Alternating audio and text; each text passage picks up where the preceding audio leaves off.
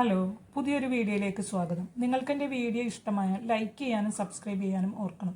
നിങ്ങളുടെ അഭിപ്രായങ്ങൾ കമൻറ്റ് ചെയ്ത് അറിയിക്കുകയും വേണം. ഓക്കെ, മമ്മൂക്ക നെഗറ്റീവ് റോളിൽ വരുന്ന ഒരു സിനിമ കൂടി ഈ ഡിസംബർ 5-ന് ഇറങ്ങുകയാണ്. കളം കാവൽ. വാച്യാർത്ഥത്തിൽ എടുത്താൽ കളം കാവൽ.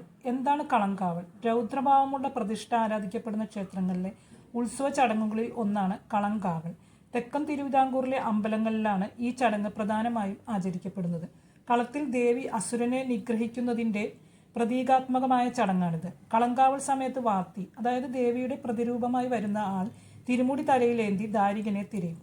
ചിരിച്ചും ആക്രോശിച്ചും ഭക്തർക്കിടയിലേക്ക് തിരുമുടിയുമായി എത്തുന്ന ദേവി ഒരു അത്ഭുത കാഴ്ചയാണ്. മമ്മൂട്ടി ദാരികനും വിനായകൻ ദേവിയുമാകുമോ എന്ന് നമുക്ക് കാത്തിരുന്ന് കാണാം. മമ്മൂട്ടി കമ്പനി നിർമ്മിക്കുന്ന 7ാമത്തെ ചിത്രമാണ് കളങ്കാവൽ. അഭിനയം എന്ന പാഷനു വേണ്ടി സമർപ്പണം ചെയ്ത ഒരു ജീവിതമാണ് മമ്മൂക്കയുടേത്. തന്നിലെ നടൻ്റെ ത്വരകളെ തൃപ്തിപ്പെടുത്താൻ വേണ്ടിയുള്ള അന്വേഷണം. അവിടെ നെഗറ്റീവോ പോസിറ്റീവോ ഇല്ല, പ്രത്യേകമായ ഒരു ഇമേജും ഇല്ല. തൻ്റെ സൂപ്പർ താര പരിവേഷം അദ്ദേഹത്തിന് തടസ്സവുമല്ല. ഇത് അദ്ദേഹം വർഷങ്ങൾക്ക് മുമ്പേ പറഞ്ഞിട്ടുള്ളതാണ്, തെളിയിച്ചിട്ടുള്ളതാണ്. സൂപ്പർ താര പദവിയിൽ നിൽക്കുമ്പോഴാണ് 1994-ൽ അദ്ദേഹം അടൂർ ഗോപാലകൃഷ്ണൻ സംവിധാനം ചെയ്ത വിധേയൻ എന്ന സിനിമ ചെയ്യുന്നത്. ശ്രീലമ്പടനും അതിക്രൂരനുമായ ഭാസ്കര പട്ടേലർ. എത്രമാത്രം കൈയടക്കത്തോടെയാണ് അദ്ദേഹം ആ വേഷം ചെയ്തു വെച്ചത്.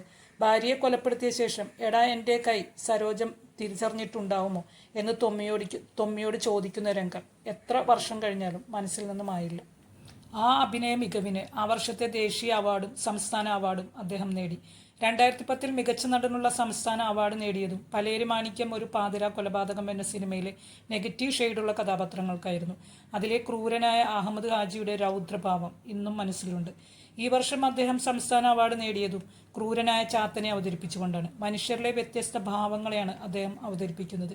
ഈ ലോകത്ത് കാണുന്ന വ്യത്യസ്തരായ മനുഷ്യരെയാണ് നാം അദ്ദേഹത്തിൻ്റെ സിനിമകളിലൂടെ കാണുന്നത്. ഒന്നിനൊന്ന് വ്യത്യസ്തരായ രൂപവും ഭാവവും ചലനങ്ങളും എല്ലാമുള്ള മനുഷ്യർ. അവിടെ മമ്മൂട്ടി എന്ന മനുഷ്യനില്ല, അദ്ദേഹത്തിലെ നടൻ മാത്രം. കളങ്കാവലുമായി ബന്ധപ്പെട്ടു വന്ന ഇൻ്റർവ്യൂവിൽ അദ്ദേഹം പറഞ്ഞു, എല്ലാ മനുഷ്യരിലും നന്മയും തിന്മയും ഉണ്ട്. നന്മ കൂടി നിൽക്കുന്നതുകൊണ്ടാണ് നമ്മളൊക്കെ നല്ല മനുഷ്യരാവുന്നത്. തിന്മ കൂടി നിന്നാൽ കെട്ട മനുഷ്യരും.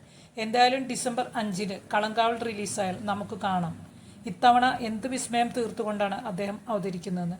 ഒരുപാട് സ്ത്രീകൾ കടന്നു പോകുന്ന ഒരു ജീവിതമാണ് അദ്ദേഹം കളങ്കാവലിലൂടെ അഭിനയിച്ച് പഠിപ്പിക്കുന്നത്.